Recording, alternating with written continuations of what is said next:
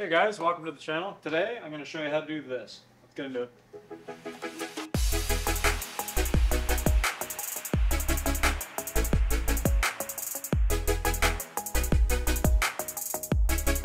So today we're going to be working on this 3x3 foot canvas. This is the source image I've chosen, and this is a sunset piece. So the background color, I'm actually going to use a lot more of a cool color than I typically do. So I'll be painting a bit of a bluey turquoise on the background, and then that'll make these colors really pop. So let's get into it. So here's the source image close up. So as I was saying, it's very warm, so we're going to choose a cool underpainting in the background. So I'm going to go with a mixture of cerulean blue, a little bit of viridian green, some alizarin crimson, and a little hit of yellow. And this will make kind of a purpley, bluish, gray color, which will really help to make this pop.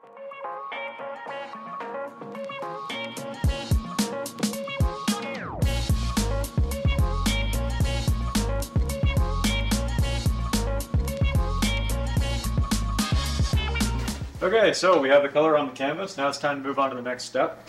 So I'm going to draw this image with a dark paint. I'm going to mix it up on my palette. Just to clarify, this is oil paint in the underpainting, and as well as the top finishing colors will be oil paint as well. I don't add really any mediums to my paint. I just use it straight out of the tube. So I'm going to draw this image onto the canvas, and then after that I'm going to stand back and make sure my composition is the way I like, and then we'll be moving on to the next step.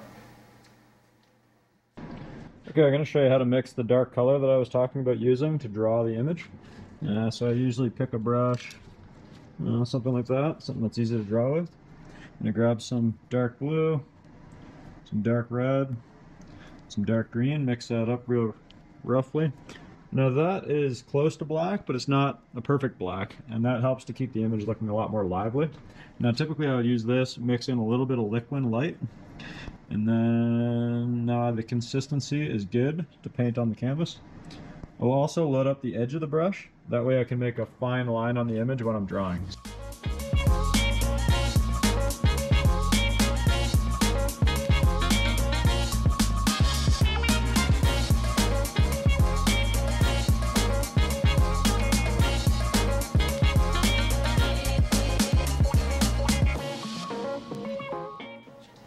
So now I have it all drawn out on the canvas. I stood back and made a few tweaks.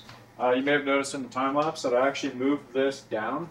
So I started out by drawing my horizon in this location, and I found it was a bit too high, so I redrew that in the right location. It's a little bit hard to make out now, but I also moved the trees over a little bit in order to open up a bit more space for some sunshine. And I'm going to add lots of sparkles down through the water. When you look at the image, I also removed this tree here. Instead, I'm just going to have the rocks, and I think that'll make for a much more dramatic composition. So yeah, now I'm going to start with the darks and work towards the light. So I'm going to start with these dark greens, these kind of purpley colors, and I'm going to work in towards the highlights in the trees, and the last colors to go on will be the sparkles on the water. Yeah, see how it goes.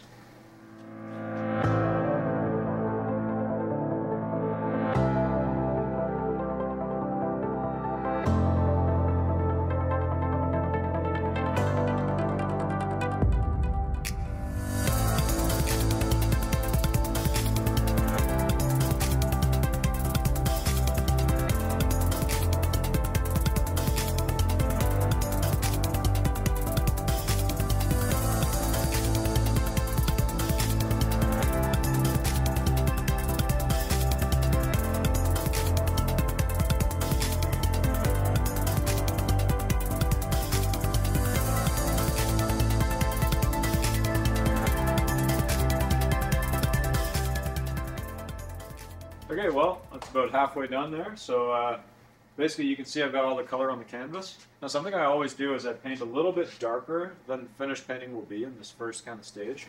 And that way all the highlights that come on top later will actually make it pop even more.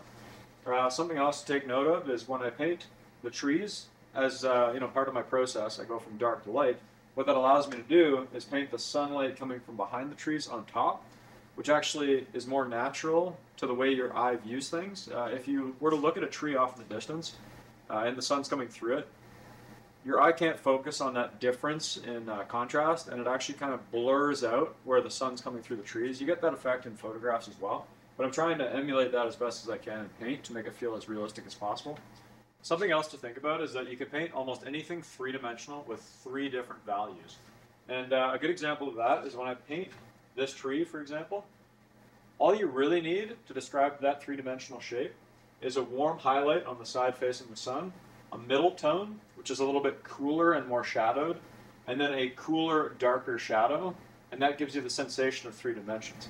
Now, everything I paint is painted in a minimum of 3 different values: the rocks, the trees, the distant hillside, and even the clouds. And that's one way to describe shape.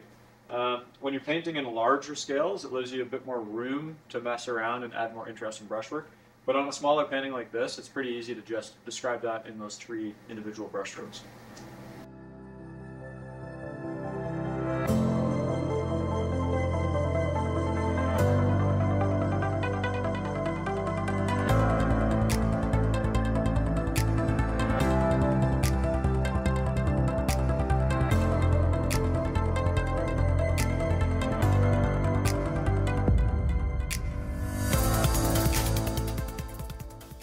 Okay, so we're ready to finish up this piece. I started off by going over it with a dark line drawing just to add more details.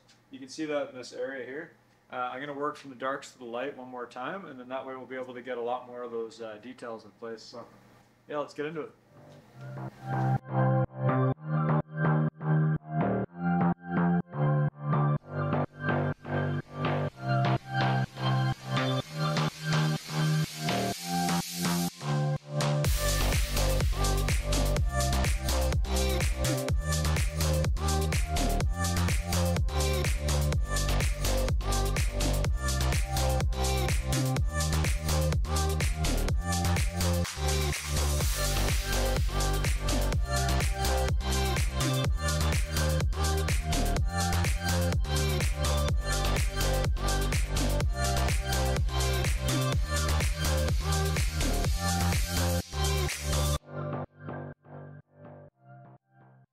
Well, that's it, all done. Super happy with it. I brought in a bit more warmth in the background, pumped up these sparkles in the foreground, and I also added a bit more blues and turquoises in the shadows, so I really think that helps to contrast things.